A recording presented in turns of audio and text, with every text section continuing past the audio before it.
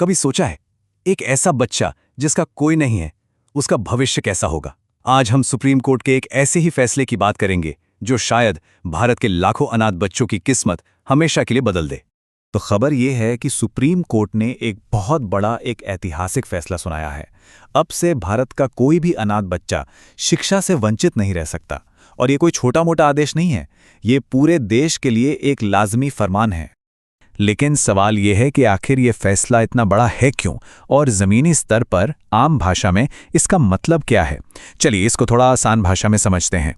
तो इस फैसले के आप समझ लीजिए 4 मेन पॉइंट्स हैं। पहला, हर राज्य को अनाथ बच्चों के लिए अपने स्कूल के दरवाजे खोलने ही होंगे। दूसरा, ये कोई एहसान या चैरिटी नहीं है, ये राइट टू एजुकेशन एक्ट के तहत उनका हक है। तीसरा, राज्यों के पास अब बहाने बनाने का टाइम नहीं है, उन्हें एक सख्त डेडलाइन दी गई है। और चौथा, अब पूरे देश में एक सर्वे होगा ये पता लगाने के लिए कि आखिर कितने बच्चों को हमारी मदद की जरूरत है। लेकिन ये मामला सुप्रीम कोर्ट तक पहुंचा ही क्यों? इसकी नौबत क्यों आई? हाँ, आखिर ऐसी क्या जरूरत पड़ गई थी कि देश की सबसे बड़ी अदालत को इसमें दखल देना पड़ा? देखिए, इसके पीछे उन अनगिनत बच्चों की अनसुनी कहानियां हैं जिन्हें अब तक कहीं ना कहीं नजरअंदाज किया जा रहा था। इस पूरी लड़ाई की शुरुआत होती है एक वकील पोलोमी पावनी शुक्ला की एक याचिका से।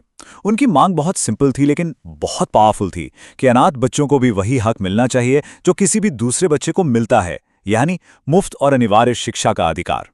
और आपको जानकर हैरानी होगी, लेकिन सुप्रीम कोर्ट के इस फैसले से पहले गिनती के कुछ ही राज्य थे जिन्होंने इस बारे में सोचा भी था। दिल्ली, गुजरात जैसे कुछ राज्यों को अगर छोड़ दें तो ज्यादातर राज्यों ने इस गंभीर मुद्दे पर साफ कहें तो आंखें बंद कर रखी थीं। और शायद यही वो वजह थी जिसने सुप्रीम कोर्ट को यह सख्त कदम उठाने पर मजबूर कर दिया। अब इस पूरे मामले के केंद्र में एक बहुत ही पावरफुल कानून है, राइट टू एजुकेशन एक्ट, जिसे हम आमतौर पर RT एक्ट कहते हैं। तो चलिए देखते हैं कि ये एक्ट है क्या और ये इतना महत्वपूर्ण क्यों है। इस कानून के अंदर एक बहुत ही खास सेक्शन है, सेक्शन 12(1)(c। अब ये सेक्शन क्या कहता है? ये प्राइवेट स्कूलों को एक अहम जिम्मेदारी देता है।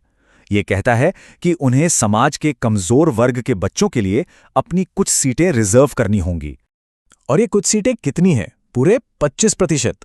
सोचिए, इसका मतलब है कि हर प्राइवेट स्कूल में हर 4 में से 1 सीट उन बच्चों के लिए रखी जानी चाहिए जिन्हें इसकी सबसे ज्यादा जरूरत है। एजुकेशन में समानता लाने के लिए ये एक बहुत बहुत बड़ा कदम है। और बस यहीं पर इस याचिका का सबसे मजबूत पॉइंट था। याचिका में कहा गया कि अगर समाज का कोई सबसे कमजोर तबका है तो वो अनाथ बच्चे हैं, तो फिर इस 25% रिजर्वेशन का फायदा उन्हें क्यों नहीं मिलना चाहिए? बिल्कुल मिलना चाहिए। इस तर्क को सुनने के बाद सुप्रीम कोर्ट की बेंच ने जो निर्देश दिए वो एकदम साफ थे, कोई कंफ्यूजन नहीं। चलिए देखते हैं कि वो निर्देश क्या थे।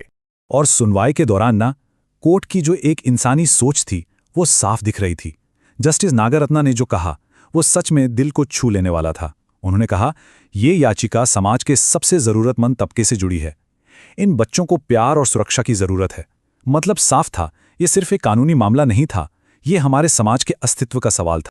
तो इसीलिए कोर्ट ने 2 तरफा एक्शन का ऑर्डर दिया। सिंपल रखते हैं। पहला, सभी राज्यों को तुरंत एक ऑफिशियल नोटिफिकेशन जारी करना होगा जिसमें अनाथ बच्चों को RTE के दायरे में लाया जाएगा।